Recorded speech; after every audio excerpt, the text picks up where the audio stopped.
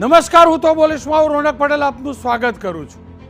જંત્રી કોને ફળશે કોને નડશે આ મુદ્દો એટલા માટે કે ઠીક આ જ સમયે ગઈકાલે આપણા રાજ્યના મક્કમ મુખ્યમંત્રીએ એક મક્કમ નિર્ણય જાહેર કર્યો અને એ નિર્ણય હતો જંત્રીના ભાવમાં વધારો. 100%નો વધારો, એટલે કે જંત્રી ડબલ કરવાનો. જંત્રી એ હોય છે કે જમીન આપણે જે ખરીદીએ છીએ એના ઉપરથી જે દસ્તાવેજ બને છે, જે સંપત્તિનો દસ્તાવેજ બને છે, એ દસ્તાવેજની કિંમત કેટલી ગણવી એ સરકાર જે તે વિસ્તાર, જે તે શહેર એને આધીન એક કિંમત નક્કી કરતી હોય છે. 12 વર્ષ બાદ જંત્રીના ભાવમાં વધારો થયો અને જંત્રીની રકમ ડબલ થઈ. એનો મતલબ જે જમીનનો દસ્તાવેજ માની લઈએ કે પહેલાં 50 લાખનો બનતો હતો, એ જમીનનો દસ્તાવેજ હવે 1 કરોડ રૂપિયાનો બને. ઘરની વાત કરી લઈએ તો જે ફ્લેટ આપણે લેતા હોઈએ કે માની લઈએ કે આપણે 1.5 કરોડ રૂપિયાનો ફ્લેટ ખરીદ્યો. અત્યાર સુધી 1.5 કરોડનો ભલે આપણે સોદો કર્યો હોય, પરંતુ 70 થી 80 લાખનો જ દસ્તાવેજ થતો હતો. એ દસ્તાવેજ હવે 1.5 કરવો પડશે. એટલા માટે કે જંત્રીના ભાવ ડબલ થયા. 80 લાખનો જે દસ્તાવેજ થતો હતો એની અંદર જમીનની કિંમત 40 લાખ ગણવામાં આવી હોય તો હવે 80 લાખ ગણાશે. અને સ્વાભાવિક રીતે જંત્રીના ભાવ વધતા જે સ્ટેમ્પ ડ્યુટી છે તે ભરવાની રકમ પણ વધે અને સંપત્તિ, જમીન લીધી હોય, ઘર લીધું હોય કે ફ્લેટ લીધો હોય, એ સંપત્તિ ઉપર ભરવાના થતાં જીએસટીની રકમ પણ વધે. એનો મતલબ એમ થયો કે કોઈ પણ વ્યક્તિએ સંપત્તિ ખરીદવી હોય તો એને મોંઘી પડશે.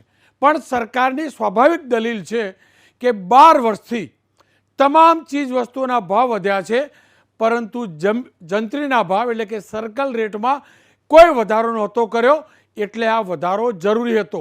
અને આ હકીકત છે.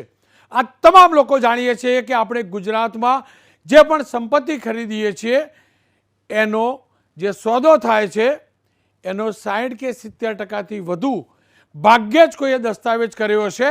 એટલે કે 60%નો દસ્તાવેજ થાય, 40% રૂપિયા આપણે રોકડા બ્લેક મની ચૂકવીએ છીએ. આપણે વાર્તા પ્રમાણિકતાની કરીએ છીએ, પણ મારા સહિતના તમામ લોકો જ્યારે સંપત્તિ લઈએ છીએ ત્યારે રોકડા રૂપિયા ચૂકવીએ છીએ. આ હકીકત છે. એટલા માટે કે જંત્રીની કિંમત ઓછી હતી, એના કારણે દસ્તાવેજ ઓછો બનાવતા હતા. આપણે ઈચ્છીએ તો પૂરો દસ્તાવેજ બની શકે, પણ આપણે તમામ લોકો પ્રમાણિકતાનો ડોળ કરીએ છીએ. અને હકીકત એ છે કે કાળું નાણું ફરતું હતું. આ રિયાલિટી છે. જોકે થોડોક સુધારો ચોક્કસથી આવ્યો છે. સ્ટ્રીમલાઇન આ વ્યવસાય થઈ રહ્યો છે. પણ જે પ્રકારે અચાનક જંત્રીના દર ડબલ કરવામાં આવ્યા, અને હોશિયાર સરકાર જોજો, ઘણી સ્માર્ટનેસ વાપરી છે સરકારે. સરકારે સ્પષ્ટ કહ્યું કે નવા જંત્રીના દર સોમવારથી લાગુ પડશે. કેમ કે કાલે સાંજે જાહેર કરાયા, ઓફિસો બંધ થઈ ચૂકી હતી, એટલે કોઈ રજિસ્ટ્રી કરવાનું નહોતું, એ માટેનું ટોકન કોઈને મળવાનું નહોતું. રવિવાર રજાનો દિવસ. હવે સોમવારે જ્યારે દસ્તાવેજ કરવા જવાનો થાય એટલે ડબલ જંત્રીના ભાવે દસ્તાવેજ કરવાનો થાય. અને સ્વાભાવિક રીતે જ આ કોઈના માટે પણ પાચન કરવું અઘરું હોય. ખાસ કરીને બિલ્ડર્સ, ડેવલપર્સ એમના સંગઠનો મેદાને આવ્યા છે. એમની એક દલીલ એવી છે જે મહત્ત્વની છે કે ઘણા ઠેકાણે જંત્રીના હાલ જે ભાવ છે એ બજાર કિંમત કરતાં પણ વધુ છે, અને ત્યાં જો જંત્રી ડબલ કરવામાં આવે તો એ સંપત્તિ વેચવી અઘરી પડે, અને ખાસ કરીને એફોર્ડેબલ હાઉસનો જે પ્રોજેક્ટ છે તેને નુકસાન પડશે. કુલ મળીને આપણને એફોર્ડેબલ હાઉસ હોય, ઘર હોય કે સંપત્તિ, એ ખરીદવી હવે મોંઘી પડવાની છે. એટલે મોંઘી પડવાની છે કે આપણે મોટી રકમનો દસ્તાવેજ કરવો પડશે. એ કરવો જ જોઈએ, એમાં કોઈ ડાઉટ ન હોઈ શકે, કારણ કે ટેક્સની ચોરી આપણે ન કરવી જોઈએ. પણ આ તમામની વચ્ચે તમામ જે બિલ્ડર્સ છે એમના સંગઠનો છેલ્લા 24 કલાકથી ગઈકાલ રાતથી સક્રિય થયા. આજે દિવસ દરમિયાન બિલ્ડર્સ એસોસિએશનોની મિટિંગ મળી અને આવતીકાલે સરકારમાં રજૂઆત કરીને એમ કહેવા જવાના છે કે સર્વે કરવામાં આવે, એક્ઝેક્ટ જમીનના ભાવ જાણવામાં આવે, માર્કેટ વેલ્યુ જાણવામાં આવે, એના પ્રપોઝડ જંત્રી વધઘટ કરવી જોઈએ. સાથે એ પણ રજૂઆત કરવાના છે કે આ જે છે એનો અમલ 1 મેથી કરવામાં આવે. હવે આવતીકાલે ભૂપેન્દ્રભાઈ પટેલ નિર્ણય લેશે. જો કે ભૂપેન્દ્રભાઈ પટેલ સિવિલના માસ્ટર છે, ડિપ્લોમા એન્જિનિયર છે સિવિલમાં. આ વ્યવસાયને સારી રીતે જાણે છે, એમાં સાચું શું થાય છે, ખોટું શું થાય છે એ તમામ જાણે છે. ત્યારે ભૂપેન્દ્રભાઈના નિર્ણય ઉપર ચોક્કસથી રાહ જોવી પડશે. પણ મને લાગ્યું કે આનું એક્ઝેક્ટ પોસ્ટમોર્ટમ કરી સરળ ભાષામાં સમજવું જોઈએ કે આ જંત્રી છે શું અને મારા તમારા કિસ્સાઓ પર એની શું ફરક આવવાનો અને વધવી કેટલી જરૂરી હતી અથવા કઈ સિસ્ટમથી વધવી જરૂરી હતી. એટલે જ ખેડૂત ઉપર શું ફરક પડશે એ પણ જાણવું જરૂરી છે, બિલ્ડર્સને શું ફરક પડશે એ પણ જાણવું જરૂરી છે, સાથે જ સામાન્ય કસ્ટમરને પણ શું જાણવું જરૂરી છે. ત્રણેય ક્ષેત્રના લોકો સાથે મેં વાત કરી છે. આ જ મુદ્દે ચર્ચા કરવા મારી સાથે વડોદરાથી ક્રેડાઈના અધ્યક્ષ મયંકભાઈ પટેલ જોડાયા છે, નરેશભાઈ અગ્રવાલ સુરતના જાણીતા બિલ્ડર છે અને ભરતભાઈ ખેડૂત છે, ખેડૂત નેતા પણ છે, ખેતીને પણ સમજે છે, જમીનને પણ સમજે છે. વડોદરાથી શરૂઆત કરી લઉં. મયંકભાઈ, આ જે નિર્ણય છે તેને લઈને ડેવલપર્સ બિલ્ડર્સમાં ચિંતા કેમ છે? કારણ શું કરવા વિરોધ થઈ રહ્યો છે આનું કારણ એવું છે કે રોનકભાઈ, આ જે જંત્રી છે ને, આપણે શરૂઆતથી વાત કરીએ તો 2011માં જે જંત્રી બહાર પાડવામાં આવી હતી, એ જંત્રીની અંદર કેટલાક વિસ્તારોની અંદર એના જે રિયલિસ્ટિક જે ભાવ છે તેના કરતાં જંત્રીના ભાવ 3-4 ગણા હતા. અને આજે પણ એ જંત્રી આના ભાવ આજને 2011ની જંત્રીના ભાવ કરતાં પણ ભાવ ઓછા છે એ વિસ્તારોમાં. અને એકાએક આજે 100% જેવું જંત્રીનું ભારણ વધારવામાં આવે તો એ બધા વિસ્તારોની અંદર જે છેલ્લા 10 વર્ષથી વિકાસને વંચિત રહ્યો છે, બીજા 10 વર્ષ માટે એ વિસ્તારો જે છે જ્યાં અફોર્ડેબલ હાઉસિંગની સૌથી વધારે શક્યતાઓ છે. આપણા માનનીય પ્રધાનમંત્રીશ્રીનું સ્વપ્ન છે અફોર્ડેબલ હાઉસિંગનું, દરેકને ઘરનું ઘર હોય એ પ્રકારનું જે એમનું સપનું છે. ત્યારે આ પ્રકારનો જે જંત્રીનો ધરખમ ભાવ વધારો કરવામાં આવે અને એ જે વિસ્તારો પેરિફેરિયલ વિસ્તારો છે જ્યાં એફોર્ડેબલ હાઉસિંગ બનવાની જે શક્યતાઓ છે તે શક્યતાઓ લગભગ નહીવત બની જાય છે. કારણ કે જે અફોર્ડેબલ હાઉસિંગની વ્યાખ્યામાં ગણીએ તો 25-30 લાખ રૂપિયામાં જે ઘર મળવું જોઈએ એ 100%નો ભાવ વધારો કરવાથી એ મકાન 60 લાખ રૂપિયા 70 લાખ રૂપિયા સુધી જાય. એટલે અફોર્ડેબલ હાઉસિંગનું જે સપનું છે તે સપનું જ રહી જાય એવું લાગી રહ્યું છે. પણ મયંકભાઈ, જે જમીનનો ભાવ ખરેખર છે એનાથી ઓછો દસ્તાવેજ થાય. દસ્તાવેજની આવક સાઈડ ઉપર આપણે મૂકી દઈએ, એફોર્ડેબલ હાઉસની પણ વાત કરીએ, પણ જ્યાં ખરેખર જમીનનો ભાવ છે, આપ પણ જાણો છો કે જે 10,000 રૂપિયા સ્ક્વેર ફીટ આપણે ચોપડે અત્યારે બતાવીએ છીએ એ બિલ્ડર 30,000 રૂપિયા ખરીદે છે. આપ પણ જાણો છો, હું પણ જાણું છું. પણ જો આ કરવાથી જેન્યુન એક પ્રોપર સિસ્ટમ બનતી હોય તો એમાં ખોટું શું હોઈ શકે? આપ જે કહો છો એ વિસ્તાર પૂરતું બરાબર, પણ એ સિવાય ખોટું શું હોઈ શકે? જેન્યુન ના, એના સિવાય અમે કોઈ દિવસ ક્યારેય જંત્રીનો વિરોધ કરતા નથી. અમે પણ માનીએ છીએ કે 12 વર્ષથી જંત્રી રિવાઇઝ થઈ નથી અને જંત્રી રિવાઇઝ થવી જોઈએ. પણ અમારી રજૂઆત માત્ર એટલી જ છે કે જે વિસ્તારોમાં વિસંગતતાઓ છે તે વિસ્તારની વિસંગતતાઓ પહેલાં દૂર કરવામાં આવે. આપ જોડાયેલા રહેજો. મારી સાથે નરેશભાઈ જોડાયા છે. નરેશભાઈ, જુઓ સુરતના બિલ્ડર કેવી રીતે કમાયા, કેટલું કમાયા, કેટલા ભાવ છે, થોડું ઘણું હું તમારી જોડે રહીને શીખ્યો પણ છું, જાણ્યું પણ છે. આ સંજોગોમાં સુરતના બિલ્ડર્સને શું તકલીફ હોઈ શકે મને સમજાવો. ભાવ વધતા હોય જંત્રીના તો બધા 2 નંબરનો આપણે ધંધો કરીએ છીએ, વાઇટ થઈ જશે. કેટલાક 2 નંબરના પૈસેથી ધંધો કરવો પડે? પહેલી વાત તો સાહેબ એ પછી કહીશ. પહેલાં તો મને એ નથી સમજાતો કે આ લોકતંત્ર છે કે રાજાશાહી છે કે રાત્રે રાજાના સ્વપ્ન આવ્યો અને સવારે નિયમમાં મૂકી દીધું. આ સરકાર માનનીય વડાપ્રધાનના સ્વપ્નને સાકાર કરવા બેઠેલી છે કે એ સ્વપ્ન ખતમ કરવા માટે બેઠેલી છે? આજે આ જંત્રીને લીધે અફોર્ડેબલ હાઉસ તદ્દન ખલ્લાસ થઈ જશે. જે નાના વર્ગના માણસો છે એના ઘર એ સ્વપ્ન બનીને જ રહેશે, એ સિવાય બીજું કંઈ નહીં આવે. જે રીતે જંત્રી રાતોરાત મૂકવામાં આવી છે એની કોઈ સાયન્ટિફિક કે કોઈ આધાર કશું નથી. અને રાતોરાત સીએમ સાહેબને સ્વપ્ન આવે અને સવારે અમલમાં મૂકી દે છે એ ખરેખર ખોટું અને ગેરકાયદે છે. લોકતંત્રમાં આવું નહીં થવું જોઈએ. નરેશભાઈ, જુઓ લોકતંત્રમાં ટેક્સ પણ તો પ્રમાણિકપણે ભરવો જોઈએ ને. આપણે 300 કરોડની જમીન લેતા હોઈએ અને 100 કરોડનો જંત્રીના બેઝ બનાવીને દસ્તાવેજ બનાવીએ, કેમ આપણે 300 કરોડનો દસ્તાવેજ નહીં બનાવતા? જંત્રી જે હોય જેમનું દસ્તાવેજ બનાવવો જોઈએ. આ પણ તો આપણે નહીં કર્યું. લોકતંત્ર બે તરફી હોય ને. નહીં સાહેબ, લોકતંત્રમાં જંત્રી વધારવો એની કોઈ અમને વિરોધ નથી, કોઈ વાંધો નથી, અમે આવકારીએ છીએ. પરંતુ પહેલાં વિસંગતતા તો દૂર કરો. જે વિસ્તારમાં બજાર કિંમત કરતાં 2 ગણા ઓલરેડી ભાવ હતા એના હવે 4 ગણા થઈ ગયા, તો એ વિસ્તારનો વિકાસ ક્યારે થશે? અને અફોર્ડેબલ હાઉસ વ્યાખ્યામાંથી જ નીકળી ગયા સાહેબ. પણ નરેશભાઈ, એફોર્ડેબલ હાઉસવાળો બેઝ ઓછો છે એકચ્યુઅલી. જુઓ, સાહેબ સાચું તમને કહું, હું એક નોકરિયાત તરીકે કહું સાહેબ, તો અમારી વ્યથા એ છે કે અમારી જોડે વાહિડ પૈસા હોય ને તો પૂરા પૈસાનો દસ્તાવેજ બિલ્ડર ના જ બનાવી આપે. અમારી પણ તો આ સમસ્યાથી અમારા માટે તો સારું છે. ભલે હું નાનું ઘર લઈ, હું તો કહું હું 50 લાખનું જ ઘર લઈ, 55નું નહીં લઈ શકું, પણ મારો 50 લાખ વાહિડ તો જશે. મારા બ્લેકના મારા પૈસા પગારના સાહેબ વાહિડના બ્લેક કરીને બિલ્ડરને આપવા પડતા હતા, એ તો ઓછું થશે કે નહીં? નહીં, 100% આપની વાત સાચી છે. થોડું ઘણું બ્લેકનો રેશિયો બાંધકામના વ્યવસાયમાં છે અને રહેશે. પણ અહીંયા તો આ સરકાર આ જંત્રી વધારીને વ્હાઇટને પૈસાના બ્લેકમાં કન્વર્ટ કરે છે સાહેબ.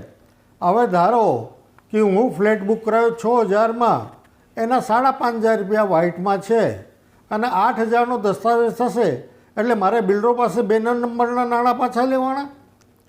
પણ એ તો એવી જગ્યા કેટલા ટકા છે મને કહો?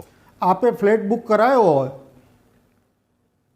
હા, એવી વિસંગતતા કેટલા ટકા? મને બીજું નરેશભાઈ, તમે કહો છો અડધી રાત્રે જો એડવાન્સમાં કહી દેવામાં આવ્યો તો તમે દસ્તાવેજો ફટાફટ કરાવડાવી, એ કાચો માલ જે છે એના દસ્તાવેજો થઈ ગયા હોત અડધી હાલની જંત્રી પ્રમાણે, એવું પણ તો કરી લે ને. તો ભાઈ સરકાર એડવાન્સમાં કે હા, એ ચોક્કસ છે. પહેલાંથી સર્વે કરી લેવાની જરૂર હતી, એ ચોક્કસ. આ ફ્લેટ રેટ ન હોવો જોઈએ, એ પણ ચોક્કસ. સાહેબ, આ રિયલ ઇસ્ટેટ બિઝનેસ છે, એમાં રાતોરાત કંઈ થતું નથી. કેમ કે મોટી પેમેન્ટનું કામ છે, ઘણા બધાના પાવરદાર ફોરેન રહે છે, એટલે રાતોરાત કશું શક્ય બનતો નથી.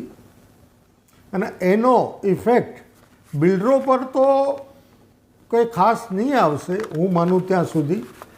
પણ એન્ડ યુઝર, જે ફ્લેટ હોલ્ડર, જે જીવનભરની કમાણી મૂકીને જે મકાન બુક કરાવે, એને 18 થી 20% સાહેબ કિંમત વધી જશે.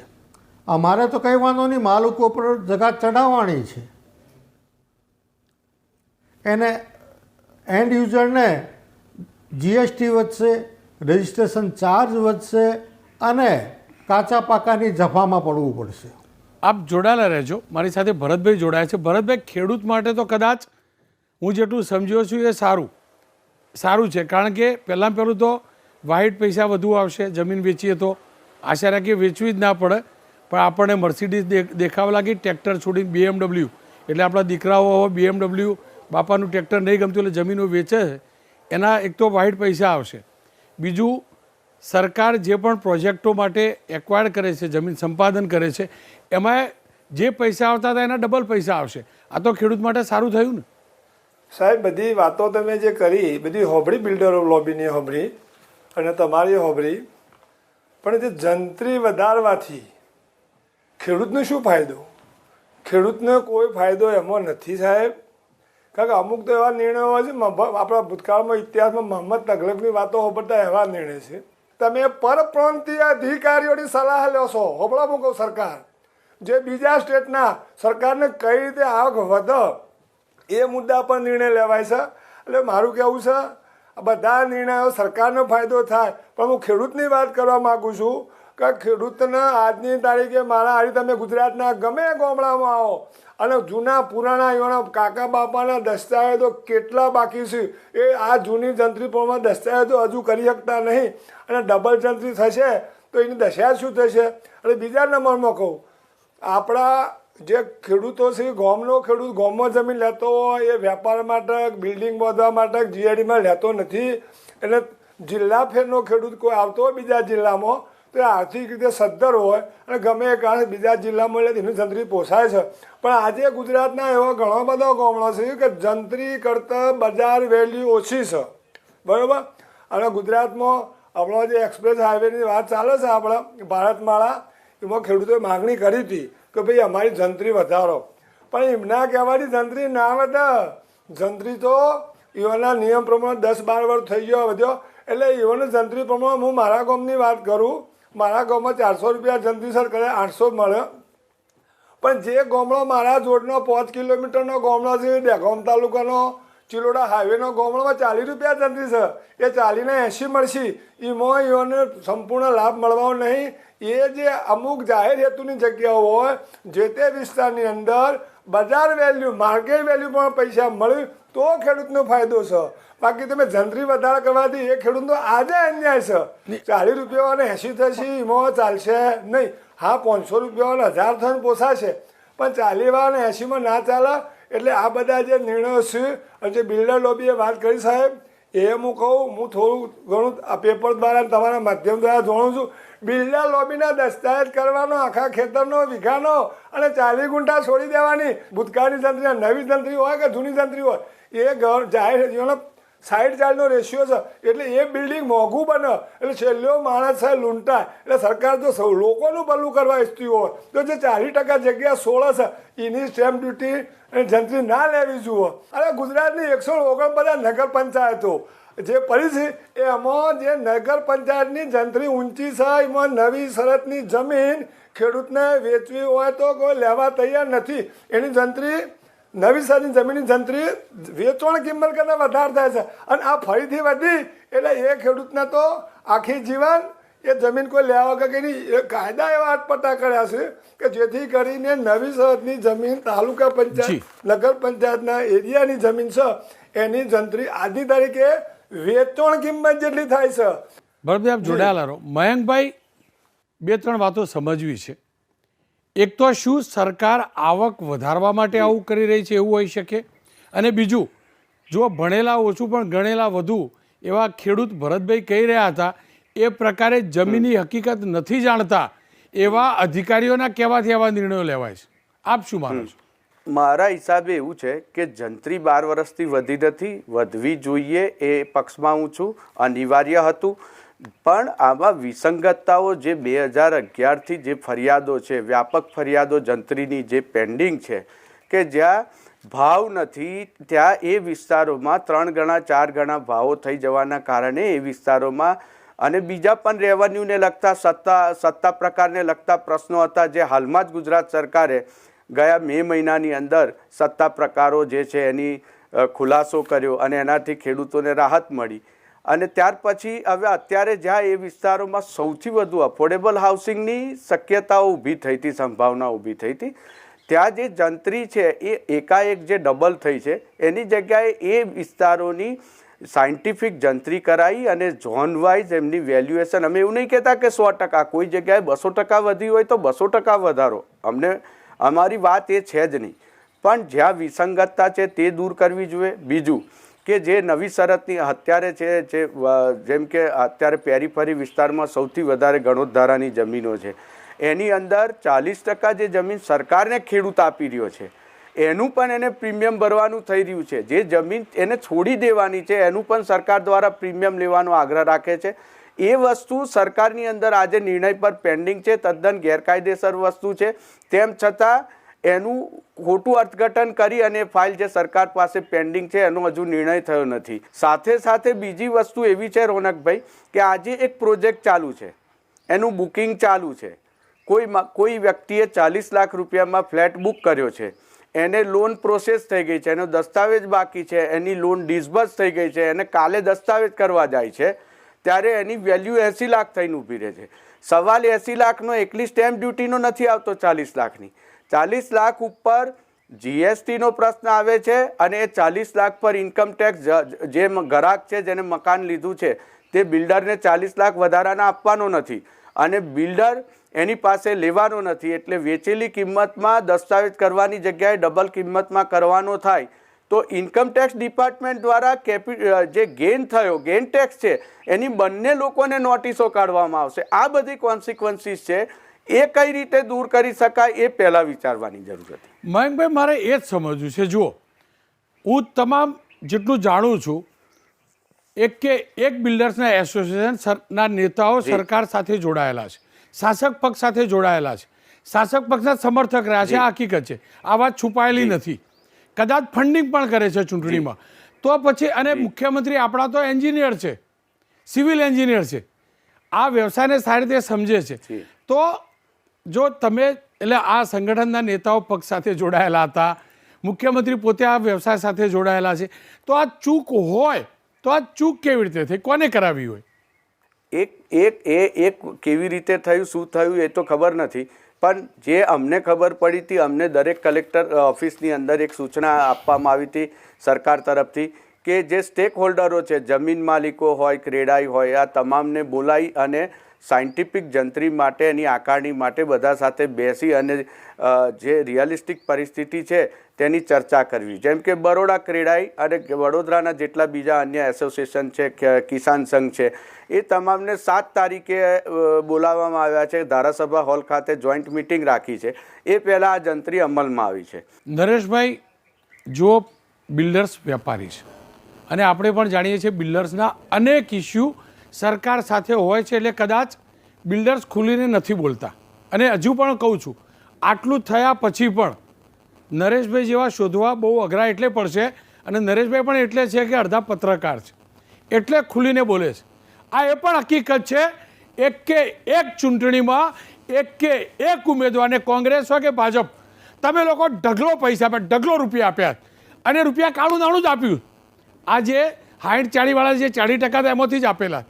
આટલું હોવા છતાં પણ જો બિલ્ડર્સને સમય આપવામાં આવે તો 7 તારીખનો, તો પછી તમારી જોડે આ દ્રોહ કર્યો. આ જે પૈસા લઈ ગયા બધા ચૂંટણી વખતે, પહેલી ચૂંટણીઓમાં, જૂની ચૂંટણીઓમાં, નવી ચૂંટણીઓમાં, આવું કેમ બિલ્ડરની વાત ના મારાય?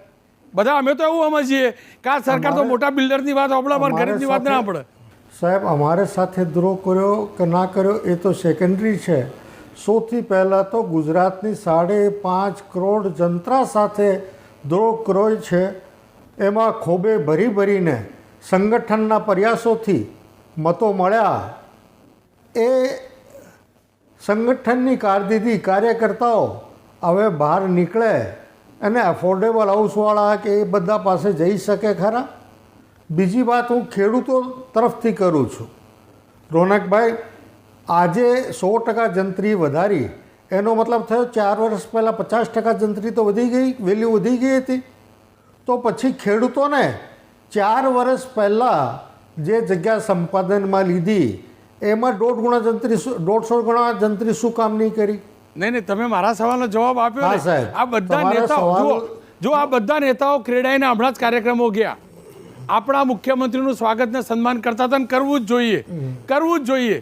પણ આ ભરતભાઈ જુઓ, ભરતભાઈનો કોઈનો ડર નથી, જમીનનો માણસ છે, એટલે એમને કહી દીધું ચોખ્ખું કે અધિકારીઓના કહેવાથી થાય. તમે બધા તો આમનું ફંડિંગ કરતા હતા. હું એકલા નરેશભાઈની વાત નથી કરતો, હું ઓવરઓલ કહું છું. અને આ કોઈ બોલતું નથી, પણ આ હકીકત છે, આ રિયાલિટી છે. એક કે એક નેતા પૈસાની જરૂર પડે એટલે બિલ્ડર જોડે જાય છે, જાણે જ છે, અને નેતાઓ બિલ્ડર છે, આ પણ હકીકત છે. તો પછી આવું કેમ થયું? સાહેબ, આપની વાતથી હું સંમત છું. બિલ્ડરો સાથે નેતાઓ સંકળાયેલા છે અને બિલ્ડરોએ કાળા નાણાં કહો કે જે બી કહો એ સમય પર ચૂંટણી ઉપર આપવા જ પડે છે અને આપે છે. એમાં કોઈ બેમત નથી. પરંતુ આ એકાએક નિર્ણય જે છે માનનીય મુખ્યમંત્રીશ્રીએ વિચારા ધાર્યા વગર અધિકારીઓને કહેવાથી કર્યો છે એવું મને લાગે છે. આપ જોડાયેલા રહેજો. ભરતભાઈ જેવો છેલ્લી પ્રતિક્રિયા લઈ લો. ભરતભાઈ જુઓ, આપણે નાના માણસ છીએ, આપણે તો ખેડૂત છીએ. જે તમે કહ્યું વિસંગતતા હશે, ખેડૂતને નુકસાન પણ જતું હશે, પણ છેલ્લે આપણે એટલા તો ભરતભાઈ ખુશ થવું જોઈએ કે નહીં? પહેલાં તો જમીન વેચવાની નોબત જ ના આવે. અને વીઘો વેચ્યો છોકરાને વિદેશ મોકલવા માટે ભણાવવા, તો પહેલાં દસ્તાવેજ બનતો હતો 50 લાખનો, આપણને બિલ્ડર 2 કરોડ આપતો હતો, 50 લાખ જ વાઇટ આપતો હતો, આપતા હતા. હવે તો લાખ વાઇટ મળશે ને, એની તો ખુશાલી હોય ને ભરતભાઈ. અને બીજું, આ કાળું નાણું પણ તો દૂર થાય ને, ખોટું શું? બધું ભૂલી જાય. વિસંગતતા છે, પણ જંત્રી વધતી હોય અને જો વાઇટનો ધંધો વધતો હોય, મારા ખેડૂતની એક તો બેલેન્સ શીટમાં વાઇટ પૈસા હોય નહીં, એને વધુ આવતા હોય તો આપણે વિદેશ મોકલીએ એટલે એમ્બેસીમાં તો પેલી બેલેન્સ શીટ જોવા કે ભાઈ કેટલા વીઘા જમીન અને કેટલું વાઇટ આપણી અમાઉન્ટ, તો એ બી તો વધવાની. વાહિદનું ચલણ વધે એમાં ખોટું શું? અરે સાહેબ, તમારી વાત સાચી છે, પણ જે તમે જે વાત કરી એ સિટી આજુબાજુનો જે ગામડો હોય, નગર પંચાયતની આજુબાજુનો ગામડો હોય, એ લોકોને એટલે ગુજરાતમાં 147 કે 49 નગર પંચાયતો છે, મહાનગર પંચાયતો, અને અમદાવાદ રાજકોટ જો મોટો શહેર છે, એટલે ગુજરાતમાં કેટલા ટકા ખેડૂતને આનો ફાયદો થવાનો સર્વે તો એરિયો કરો. ગુજરાતની જનતા, ગુજરાતના ખેડૂતો છે, એમાં કેટલા ખેડૂતને, અરે ચલો મારા જોડે તમે આવો, માણસા તાલુકાના ગામમાં લઈ જાઓ, ગાંધીનગર જિલ્લાનું માણસા ગામ, બીજું નહીં, ગાંધીનગર જિલ્લાની વાત કરું છું. અને હું જે ગામડામાં જાઉં તમને બતાવું કે સાહેબ આ ગામની કિંમત તમે જાણો, ખેડૂતની જમીનની ખેતીની વેચાણની કિંમત, બરાબર છે, એટલે તમે પોતે જ કબૂલ કરશો. ભાઈ વાત તો તમારી સાચી છે. જમીનની કિંમત આજની તારીખે અમુક ગામડામાં જમીનની જંત્રી કરતાં કિંમતો ઓછી છે, બરાબર છે.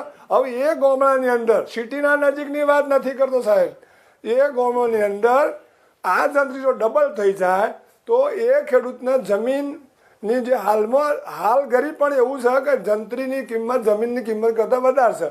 એટલે હાલ ઘડી જો ખેડૂતને હવે ડબલ જંત્રી થઈ જાય, એ ખેડૂતને જમીન વેચવી હોય તો ડબલ જંત્રીના હિસાબ પાડોશી એ જમીન લઈ શકે નહીં. એનો સામાજિક કારણ આવ્યો હોય, છોકરો ભણવા મોકલવો હોય, એ જે કરવું હોય એમાં એ પેલો જંત્રીના જે વાઇટ નોણું બતાવવું પડે. બધા ખેડૂતો પાસે નોણું હોતું નહીં, નાનો ખેડૂત હોય. એટલે આ બધું શક્યમાં જે છેલ્લો છેવાડો મધ્યમ જે ખેડૂત છે સિટી આજુબાજુ સિવાય એને ખૂબ તકલીફો પડવાની છે.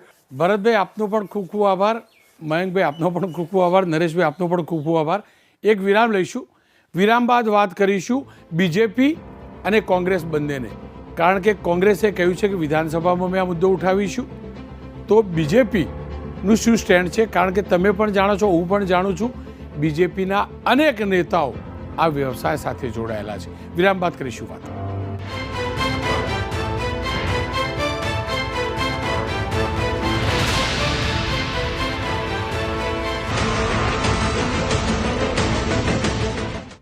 જંત્રી કોને નડશે, કોને ફળશે, આ મુદ્દો માત્ર બિલ્ડર્સ કે પછી સંપત્તિ ખરીદદાર, પ્રોપર્ટી ખરીદનાર પૂરતો હવે રહ્યો નથી. આ મુદ્દો બિલ્ડર્સ, એમના સંગઠનની સાથે સાથે સરકાર અને વિપક્ષ વચ્ચે પણ સૌથી વધુ ચર્ચાનો મુદ્દો રહ્યો છે. મને એટલે જ લાગ્યું કે ત્રણેયને એક સાથે જોડવા જોઈએ. મારી સાથે હિંમતસિંહભાઈ પટેલ જોડાયા છે, કોંગ્રેસના કાર્યકારી અધ્યક્ષ છે. બાબુભાઈ જમનાભાઈ પટેલ ધારાસભ્ય છે, ભારતીય જનતા પક્ષના દિગ્ગજ નેતા પણ છે. તેજસભાઈ જોશી પ્રમુખ છે અમદાવાદ ગાયડ ક્રેડાઈના. આપ ત્રણેયનું સ્વાગત છે. હિંમતસિંહભાઈ, આજે કોંગ્રેસે પણ પત્રકાર પરિષદ કરી અને જે જંત્રી વધારાઈ તેનો વિરોધ કરવામાં આવ્યો, શું કારણ? રોનકભાઈ, જંત્રી એ માત્ર રિયલ એસ્ટેટ, બિલ્ડર કે કન્સ્ટ્રક્શન સાથે સંકળાયેલા વ્યવસાયકારો સુધી નથી. હું તો એક સામાન્ય નાગરિક તરીકે, પ્રજાજન તરીકે જ્યારે અત્યારે હું જોઈ રહ્યો હોઉં કે એક તરફ તો મોંઘવારીએ માજા મૂકી છે, યુવાનોને રોજગાર નથી, એ બધા મુદ્દાઓ સરકારની સામે પડતર છે. ફિક્સ પગાર, આ તે આર્થિક રીતે 2 વર્ષ કોરોનામાં ગયા, એની અંદર મુશ્કેલી ગઈ, અનેક લોકોએ રોજગાર ગુમાવ્યા. બીજી વાત હું આપને કહેવા માગું છું કે અત્યારે જે જંત્રીનો જે ભાવ વધારો થયો છે, એટલે આમ કહીએ કે એગ્રીકલ્ચર લેન્ડ હોય કે બિઝનેસ કે ટાઇટલ ક્લિયર લેન્ડ હોય, 1000 રૂપિયાથી લાખો રૂપિયા સુધીની જંત્રી ના ભાવો છે. જ્યારે આ જંત્રીના રેટ ભરવાના બિલ્ડરો, રિયલ એસ્ટેટના લોકો દસ્તાવેજ કરાવવાના અને જંત્રી સરકારમાં પૈસા જવાના, તો એનું જે આપણે કહીએ કે કોઈ પણ જે ભારણ છે એ સીધું ને સીધું પબ્લિક ઉપર આવવાના, લોકો પાસેથી વસૂલ કરવામાં આવશે. જે પણ ફ્લેટ લેશે, જે પણ મકાન લેશે, જે પણ ઘર લેશે, એ વ્યક્તિ ઉપર આ જેટલું પણ ભારણ છે, જે પણ રિયલ એસ્ટેટ કે વ્યવસાય સાથે સંકળાયેલા લોકો છે, એ એનો ભાવ વધારો કરી દેશે. આજે સિમેન્ટમાં 25 થી 30% ભાવ વધારો છે, સ્ટીલની અંદર ભાવ વધારો છે. એટલે આમે ઘરનું ઘર તો લોકોને આમે મોંઘું થઈ ગયું છે. એફોર્ડેબલ હાઉસ લોકોને જે 8-10 લાખમાં મળતું હતું, આજે 25 લાખ રૂપિયાની અંદર પણ નથી મળતા, અને એની અંદર પણ મુશ્કેલી છે. એટલે આ ઇફેક્ટ જે છે એ માત્ર રિયલ એસ્ટેટ, કન્સ્ટ્રક્શન કે બિલ્ડર એસોસિએશન પૂરતું નથી. હું તો એક પ્રજાજનના પ્રતિનિધિ તરીકે હું કહું છું કે કોઈ પણ ભાવ વધારો હોય તો એ 5%, 10% ભાવ વધારો સરકાર કરી શકે, એ વ્યાજબી છે. પણ તમે સીધું ડબલ ભાવ વધારો કરી નાખો તો એ અસહ્ય લોકો ઉપર ટેક્સનું ભારણ આવી જશે અને હવે કોઈ બીજા મુદ્દા રહ્યા નથી. સામાન્ય વ્યક્તિ એક સફાઈ કામદાર હોય એ પણ જીએસટીમાં આવી ગયો છે. લોકો દરેક વ્યક્તિ કોઈ ઇન્કમ ટેક્સ ભરે છે તો કોઈ જીએસટી ભરે છે, એટલે સામાન્ય નાગરિક પણ ટેક્સના દાયરામાં આવી ગયો છે. એને દૂધ લેવું હોય, છાશ લેવું હોય, દહીં લેવું હોય તો એ પનીર લેવું તો જીએસટી તો આપવું જ પડે છે. એટલે તમામ લોકો ટેક્સ પેડ થયા છે. સરકારને અનેક આવકો થઈ છે, ત્યારે આમાં સીધી અસર અત્યારે લોકોને આર્થિક રીતે મોંઘવારી, બેકારી, બેરોજગારીના મુદ્દા સામે હોય ત્યારે બીજું સીધું આટલું ભારણ લોકો ઉપર સીધું આવી જાય ડબલ જંત્રીનું, તો હું માનું છું લોકો પોતાનું ઘર નહીં લઈ શકે અને ઘર વિહોણા લોકો થશે અને આના કારણે ભાવ વધારો આસમાને જશે અને સામાન્ય નાગરિકને, પ્રજાજનોને મોટી મુશ્કેલી ઊભી થશે. મારી સાથે બાબુભાઈ પટેલ જોડાયા છે અને બાબુભાઈ જમનાભાઈ પટેલ એટલે કે બીજેપી. અને સારી વાત એ પણ છે કે બાબુ કાકા સરકારને જાણે છે, પક્ષને પણ જાણે છે, જમીનને પણ જાણે છે, આ વ્યવસાયને પણ જાણે છે, સાથે સામાન્ય નાગરિક જે ફ્લેટ કે ઘર લેતો હોય એનું દુઃખ દર્દ પણ જાણે છે. બાબુ કાકા, શું કારણ અચાનક આટલી જંત્રી વધારાઈ? અંગત રીતે હું જાણું છું અને માનું પણ છું કે 12 વર્ષ સુધી જંત્રી નહોતી વધારાઈ એટલે જરૂરી હતી, પરંતુ અચાનક કેમ વધારાઈ? મારી વાત સાંભળો. આ સરકારે ગરીબોની, પીડિતોની, દલિતોની, વંચિતોની આ સરકાર છે. સરકાર 4 વર્ષે વધારી હોત તો આજે ડબલથી ઉપર ગઈ હોત. જંત્રી સરકારે 12 વર્ષે હાથમાં લીધી.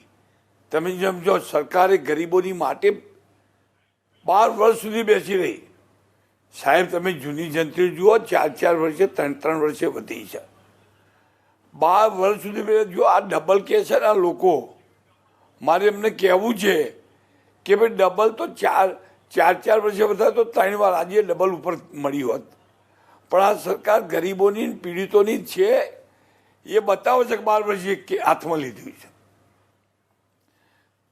પણ બાબુ કાકા, કેમ કે આપ વ્યવસાયને સારી અને રીતે જી બાબુ કાકા, આપ આ વ્યવસાયને સારી રીતે જાણો છો. 50% મહિલાઓ માટે પણ જી આપની વાત પૂરી કરો. જાણું છું. મારી એ પણ વાત કરવી છે કે મહિલાઓ માટે પણ સરકારે ખૂબ રાહત આપી. ક્યારેય કોઈ સરકારે મહિલાના નામે દસ્તાવેજ થાય ત્યારે 1 રૂપિયો ઓછો થતો.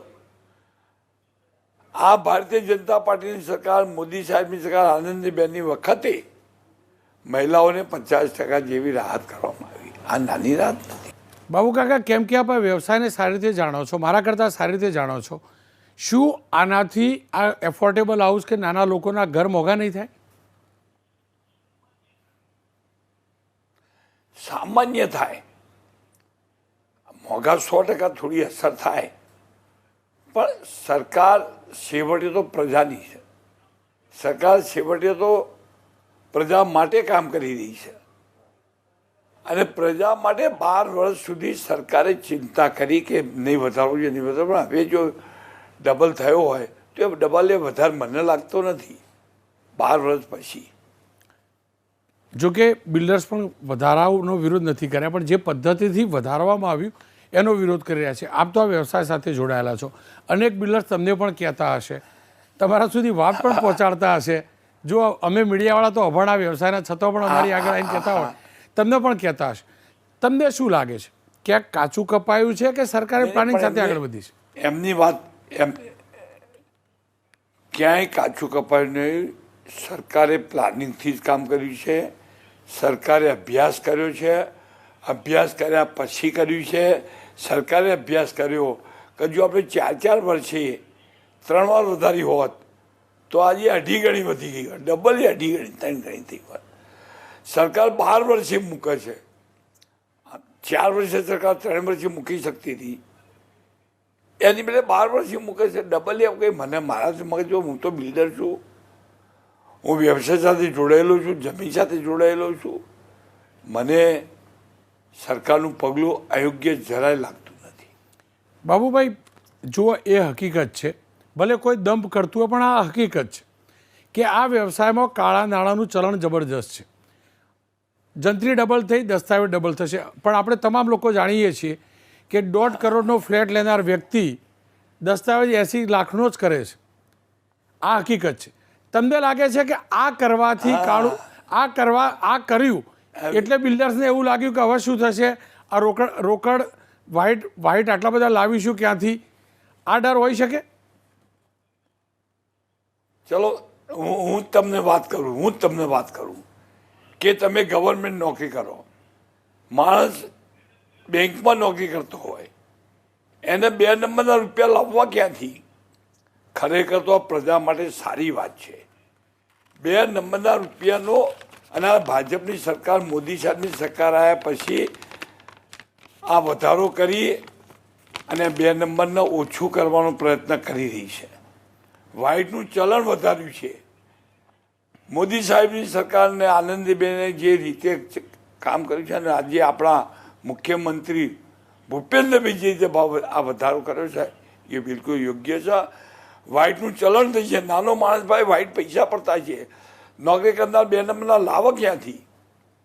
જી, આપ જોડાયેલા રહેજો. મારી સાથે તેજસભાઈ જોડાય છે. તેજસભાઈ, જો બાબુ કાકા પણ આ વ્યવસાયને જાણે છે, તેજસભાઈ તમે પણ આ વ્યવસાયને જાણો છો, આ જે નિર્ણય લેવાયો, હવે કાલે તમે લોકો રજૂઆત પણ કરવાના છો, એના કારણે એક્ઝેક્ટલી કન્ફ્યુઝન ક્યાં ઊભી થઈ છે? જો એક સામાન્ય નાગરિક તરીકે હું મારી વાત કરું તો ચોક્કસથી એ ચિંતા થાય કે દસ્તાવેજની કિંમત ડબલ થશે એટલે ટેક્સ ડબલ ભરવો પડશે, રજિસ્ટ્રેશનનો અને સાથે જીએસટીનો. પણ હું પોતે એ પણ તો માનું છું ને કે જો જમીન કે પ્રોપર્ટી જેટલા રૂપિયાની લઉં છું એટલા રૂપિયાનો દસ્તાવેજ બને, એટલા રૂપિયા વ્હાઇટના થવા જ જોઈએ, એટલા રૂપિયા વ્હાઇટ ભરવા જ જોઈએ, તો એમાં ખોટું છે શું? રોનકભાઈ, ચોક્કસ તમારી વાત સાથે હું સંમત છું. પણ જે રીતે કલેક્ટરશ્રીએ અમારી ક્રેડાઈ અમદાવાદ ગાયડના સજેશન મંગાવ્યા હતા સરકારશ્રીએ, અમે 1 તારીખે તો હજી સજેશન આપ્યા છે સરકારમાં, અને અમને એવું કહેવામાં આવ્યું છે કે આપ એફોર્ડેબલ હાઉસિંગ માટે પણ સ્પેશિયલ રજૂઆત કરો. હજી એ વસ્તુ હતી ને ગઈકાલ સાંજથી ફોન ચાલુ થઈ ગયા કે ભાઈ અચાનક જંત્રી વધારવામાં આવી છે અને એનું ઇમ્પ્લિમેન્ટ 5મી તારીખથી કરવામાં આવશે. એટલે અમે જંત્રી વધારી છે, એની સાથે ક્રેડાઈ અમદાવાદનો કોઈ વિરોધ નથી. પણ આ જે શોર્ટ નોટિસમાં જે 12 વર્ષથી જંત્રી નથી વધારીને ઓવરનાઇટ ડિસિઝન લીધું, એમાં એટલીસ્ટ 3 થી 4 મહિનાનો સમય ફાળવવો હતો, ક્રેડાઈના સજેશન માંગવાતા, અને એમાં જે સામાન્ય પબ્લિકને પણ એમાં શું ઇફેક્ટ થાય છે એ બધા એંગલ ચેક કરી સરકારે કરવું જોઈતું હતું. અને આજે જ અમારી ઝૂમ મિટિંગ પણ થઈ, અમારા ક્રેડાઈ ગુજરાતના પદાધિકારીઓ સાથે સિટી ચેપ્ટરના પ્રતિનિધિઓની મિટિંગ મળી, સાંજે અમારા ક્રેડાઈની કોર કમિટીની મિટિંગ મળી, અમારા બધા જ ક્રેડાઈના સભ્યો પણ આવ્યા, બધાના અમે સજેશન લીધા છે. આવતીકાલે માનનીય મુખ્યમંત્રી શ્રી પાસે અમે 10 વાગે અમને સમય ફાળવવામાં આવ્યો છે. અમે સાહેબની પાસે જઈને એ જ રિક્વેસ્ટ કરવાના છે કે સર, આપે જે આ નિર્ણય લીધો છે બરાબર છે, પણ આની ઇફેક્ટ આ 1 મે ગુજરાત દિવસથી આપવી જોઈએ. અને એની સાથે સાથે ખાસ કરીને જે બીજા આસ્પેક્ટ્સ છે કે અમારા કન્સ્ટ્રક્શન ઇન્ડસ્ટ્રીની અંદર જે અમારો પરચેસ એફએસઆઈ છે અને એનેનું પ્રીમિયમ છે, એ બી સામે સ્ટ્રક્ચર સેટ કરવું જોઈએ. એમ એક જ રાતમાં આવો નિર્ણય લેવાથી સીધી જ આમ પબ્લિકને પણ બહુ મોટી અસર થઈ રહી છે. ખાસ કરીને અમદાવાદ ને અમદાવાદની સરાઉન્ડ્સમાં 45 થી 50 હજાર કરોડના પ્રોજેક્ટ અત્યારે ઓન ગોઈંગ છે, અને એની અંદર ખાસ કરીને 50% પ્રોજેક્ટ એફોર્ડેબલ હાઉસિંગમાં આવે છે. એટલે આમાં ક્યાંક ને ક્યાંક સીધી ને આડી રીતે નાના વ્યક્તિને સીધી એના અસર થશે. ગુજરાતમાં અત્યારે જે કન્સ્ટ્રક્શનનું ડેવલપમેન્ટ થઈ રહ્યું છે એમાં રેરામાં ગુજરાત ટોપ ઉપર છે, 97% સક્સેસ રેશિયો છે. આજે ડેવલપર કસ્ટમર વચ્ચે પણ ખૂબ સારા હેલ્ધી રિલેશન છે. એ ડિસ્ટર્બ થશે અને કસ્ટમર આજે નાનો માણસ છે, આજે 2 વર્ષની અંદર લગભગ 1.5 થી 2% હાઉસિંગ લોનમાં પણ વધારો થયો છે. એટલે ક્યાંક ને ક્યાંક આ મને દેખાઈ રહ્યું છે પ્રોપર્ટી ટેક્સ, ખાસ કરીને પ્રોપર્ટી ટેક્સમાં. એટલે અમારી એક જ રજૂઆત છે, જમીનોના ચોક્કસ 10-12 વર્ષમાં જમીનના પ્રાઇસ વધ્યા છે, પણ 10-12 વર્ષમાં આપ સર્વે કરશો તો કન્સ્ટ્રક્ટેડ પ્રોપર્ટીના પ્રાઇસ એટલા બધા વધ્યા નથી જેટલા જમીનના વધ્યા છે. તો કન્સ્ટ્રક્શન પ્રોપર્ટીની અંદર જે અપાર્ટમેન્ટ છે, શોપ્સ છે, એમાં સ્ટેમ્પ ડ્યુટીનું ભારણ ના નાખવું જોઈએ. એ સીધે સીધું જમીનમાં ચોક્કસ નાખો અને એની કટ ઓફ ડેટ હોવી જોઈએ. અને એની સાથે સાથે અમારું ઇન્ફ્રાસ્ટ્રક્ચરનું જે સ્ટ્રક્ચર છે, કેમ કે અમારી નીચે 280 ઇન્ડસ્ટ્રી નભે છે, એટલે એ એક સાથે આ વસ્તુ ઓવરનાઇટ કરવાથી આખું સિસ્ટમ કિયોસ થઈ ગઈ છે. સામાન્ય માણસને અત્યારે બહુ તકલીફ પડી રહી છે. અને જે લોકોએ બુકિંગ્સ કરાયા છે, જે 2 મહિનામાં જે મોટા બુકિંગ્સ આવ્યા છે, એમાં અમને કેન્સલેશન થવાનો પણ ભય છે. એટલે સરકારે આમ આદમીનો વિચાર કરી, ડેવલપરનો એંગલ વિચાર કરી, નાના ખેડૂત છે જેની પાસે નાનો ખેડૂત છે જેની પાસે નવી શરતની જમીન છે, એને જૂની શરતની કરવી છે, તો એના પ્રીમિયમમાં પણ એ બધા એંગલો બધા જ સરકારે બેસીને બધી બાજુથી નિર્ણય કરવો જોઈતો હતો. આ નિર્ણય સાથે અમારો વિરોધ નથી, પણ આ બધા જ સામાન્ય માણસને આમાં મોટી ઇફેક્ટ થશે. એટલે એ એંગલ જોઈને સરકારે આમાં સમય મર્યાદા ફાળવવી જોઈએ અને થોડીક સાયન્ટિફિક જંત્રી પણ કરવી જોઈએ. આજે જે જંત્રી વધારી, જેમાં ઘણા વિસ્તારો એવા ડેવલપરોના મને ફોન આવ્યા છે કે જ્યાં માર્કેટ રેટ છે એના કરતાં પણ જંત્રી વધારે થઈ છે. એટલે આ બધા એંગલો સરકારે વિચારવા જોઈએ. જે મહારાષ્ટ્ર સરકારની અંદર એક વેલ્યુએશન ડિપાર્ટમેન્ટ છે જે રેગ્યુલર કાર્યરત છે, એ પણ સરકારે હવે આ જંત્રીની ઇફેક્ટ આપ્યા પછી 1 મેથી કર્યા પછી એમણે એ વેલ્યુએશન ડિપાર્ટમેન્ટને એક્ટિવ રાખવું જોઈએ, એનું વોચ રાખવી જોઈએ અને એનું પ્રોપર ઓબ્ઝર્વેશન કરીને પછી 2 થી 5% દર વર્ષે જંત્રીનો વધારો કરવો જોઈએ. અમને જંત્રી વધી એના સાથે કોઈ જ વાંધો નથી, પણ અમારી માંગ એક જ છે કે ભાઈ સમગ્ર ગુજરાતના બધા ડેવલપરની એક જ માંગ છે કે એનું એક્સટેન્શન તમારે 1 મે કે થોડું લેટ આપવું જોઈએ અને સાયન્ટિફિક સર્વે કરીને એનું ઇમ્પ્લિમેન્ટ કરવું જોઈએ. તેજસભાઈ, આપ જોડાયેલા રહેજો. હિંમતસિંહભાઈ, આપ શું માનો છો? જો ઘર મોંઘા થશે, આ બધું બરાબર, પણ જેવી રીતે બાબુ કાકા કહી રહ્યા હતા, વાહિટનું ચલણ વધતું હોય તો એમાં ખોટું શું?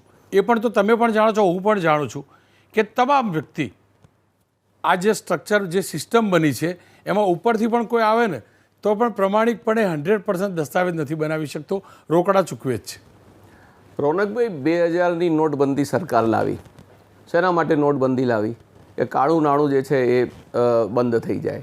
એની સાથે સાથે અત્યારે જ્યાં પણ રિયલ એસ્ટેટની અંદર જે પણ મકાનો લેવા જાય છે, જે સામાન્ય વ્યક્તિ છે, મધ્યમ વર્ગ છે, એ લોકો સંપૂર્ણ રીતે અત્યારે બિલ્ડરો, રિયલ એસ્ટેટની સાથે જે પણ કન્સ્ટ્રક્શન સાથે સંકળાયેલા જે ઉદ્યોગ સાહસિકો છે, એ બધા 99% લોકો વ્હાઇટનું જ કામ કરે છે. હવે અમદાવાદની અંદર, ગુજરાતની અંદર કોઈ પણ જગ્યાએ એમ કે ભાઈ કોઈ પણ ફ્લેટની અંદર કોઈ લાંબો કોઈ અંતર હોય એ હું માનતો નથી. જે પણ અત્યારે બ્લેક મની છે, કાળું નાણું છે, એ લેન્ડની અંદર, જમીનોની અંદર જે ખરીદ વેચાણ થાય છે એની અંદર 2 નંબરના રૂપિયા જે છે એ રોકાણ થાય છે, એની અંદર ભાવ વધારો ને બધું ચાલતો હોય છે.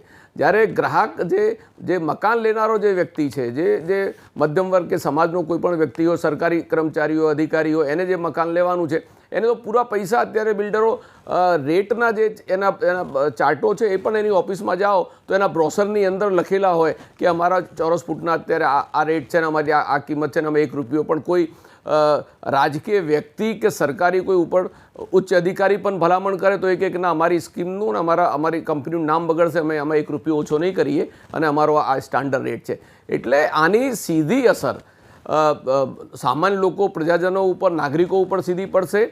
અત્યારે બિલ્ડર એસોસિએશન કે જે ગાઈડવાળા કે જે હોય એ સમય માંગતા હોય એ એમનો વિષય છે, કેમ કે એમના દસ્તાવેજો કરવાના હોય, એમના સોદા થઈ ગયા હોય, એમના બાનાખતો થઈ ગયા હોય, એમને લેન્ડ લઈ લીધી હોય, એમને લેન્ડ પરચેજ કરી હોય, એમાં પ્રોસેસની અંદર લાંબો સમય ચાલતો હોય છે, 6 મહિના લાગે, વર્ષ લાગે, એની લાંબી હોય, પછી દસ્તાવેજ થતા હોય, એટલે એમને આર્થિક રીતે એ મોટો ભારણ આવી જતો હોય છે કે ભાઈ આની અંદર સીધો રેટ વધશે. પણ આ બધી બાબતો હરીફરીને નાગરિકો ઉપર સીધો ટેક્સનું ભારણ પડશે. અને આ સરકાર કહે છે કે અમે 12 વર્ષ સુધી, 11 વર્ષ સુધી અમે ના વધાર્યું. ભાઈ, તમને દર 5 વર્ષે તમે 5% વધારો ને, તમને રોક્યા હતા કોને? તમે દર 5 વર્ષે 5% કે 10% તમે વધારો. એટલે એનો ભાવ વધારાનો જે હોય એની તમારી નિયત સાફ હોવી જોઈએ, નીતિ હોવી જોઈએ કે તમે દર 5 વર્ષે આટલી જંત્રી વધશે. સરકાર નક્કી કરી નાખે 5% વધે, 10% વધે, પણ સીધો 100%નો ભાવ વધારો આવે, સીધો આટલો જમ્પિંગ આવે, એનાથી બધું તંત્ર હચમચી ગયું છે. તમામ લોકો, આજે જ્યારથી મધ્યરાતથી કાલથી જ્યારથી વાત કે સરકારે જંત્રીમાં બમણો વધારો કર્યો છે, 100% વધારો કર્યો, ત્યારથી સામાન્ય વ્યક્તિ કે જેને ઘર લેવાનું હોય, જેને મકાન લેવાનું હોય, એ ચિંતામાં આવી ગયો છે. એટલે આની અંદર બિલ્ડર એસોસિએશન તો પાવરફુલ છે, મજબૂત છે, એ સરકાર સાથે વાટાઘાટો કરે એ એમનો વિષય છે. પણ હું તો નાગરિકો વતી સરકારને આપના માધ્યમથી અપીલ કરું છું કે આની સીધી ઇફેક્ટ જે છે એ મકાન લેનાર ઉપર થશે, એમાં ભાવ વધારો આવશે. આ મુદ્દા ઉપર સરકારે ફેર વિચારણા કરવી જોઈએ. આ ગુજરાત રાજ્યના સામાન્ય લોકો અને વ્યક્તિઓ માટે સરકારે આ અત્યારે જે જંત્રીનો જે ભાવ વધારો કર્યો છે પાછો ખેંચવો જોઈએ. બાબુભાઈ, અંતમાં, કેમ કે આપ શાસક પક્ષ સાથે જોડાયા છો, આ વ્યવસાય સાથે પણ જોડાયા છો, આપના હિસાબથી આ સમસ્યાનું સોલ્યુશન શું હોઈ શકે? શું રજૂઆત બિલ્ડર્સ વતી, નાગરિકો વતી આપ સરકારમાં કરી શકશો? પહેલાં તો સરકારે જે 12 વર્ષે વધારે છે ને એટલે આપણને કાંઠા પડે છે. સરકારે દર 2-3 વર્ષે 20% વધારે હોત 3 વર્ષે, તો આજે એ ડબલ ઉપર થયા હોત.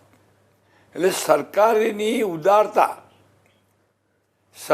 જે ઉદારતાના લીધે, અને તમને ફરી પણ હું કહું કે કેટલાય લોકોને 2 નંબરના પૈસાની તકલીફો બહુ પડે છે. ધીરે ધીરે હું તો એવું માનું છું કે વ્હાઇટ જ ચલણ થવું જોઈએ, અને એ સાહેબના આવ્યા પછી વ્હાઇટ ચલણ ચાલુ થઈ ગયું છે, અને વ્હાઇટ તરફ જ આપણે ધ્યાન આપવું જોઈએ. બાબુભાઈ, આપનો ખૂબ ખૂબ આભાર. હિંમતસિંહભાઈ, આપનો પણ ખૂબ ખૂબ આભાર. તેજસભાઈ, આપનો પણ ખૂબ ખૂબ આભાર. એક વાત ચોક્કસ છે કે કોઈ પણ ડીલ વ્હાઇટ જ હોવું જોઈએ.